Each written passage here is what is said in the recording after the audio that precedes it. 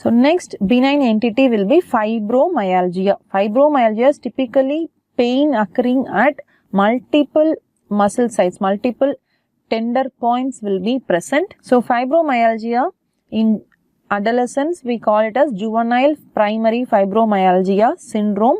So among the big MSK spectrum disorder, this forms a junk. 25 to 40% of children with chronic MSK pain will fall under this category, that is juvenile fibromyalgia syndrome. And what is the nature of fibromyalgia? How is the pain here? Pain will be multiple foci. The patient, and typically an adolescent female patient, they will have multifocal pain.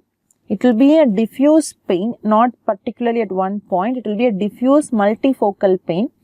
More than 3 months, at least 3 sites. So more than 3 months, only then it forms in the chronic MSK pain category.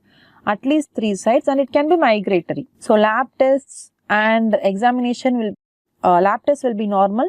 Physical, that is examination findings, will have at least 5 tender points. We will be able to elicit at least 5 tender points in the patient.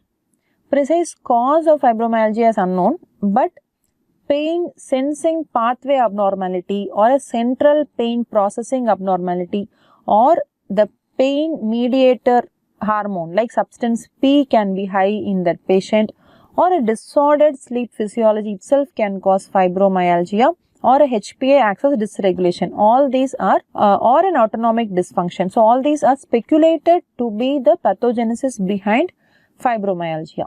So the treatment options again will be multifactorial. So education both to the child and the parents, pharmacological interventions to reduce the pain, antidepressants can be given, graded aerobic exercises to keep the child or to keep the patient mobile, pain coping skills have to be taught, training, pain training, and management of the stress, behavioral, cognitive behavioral therapy are all involved in fibromyalgia treatments. So SSRIs, duloxetine, these are antidepressants, tricyclic antidepressants, pregabalin, NSAIDs are all implicated in the treatment of fibromyalgia.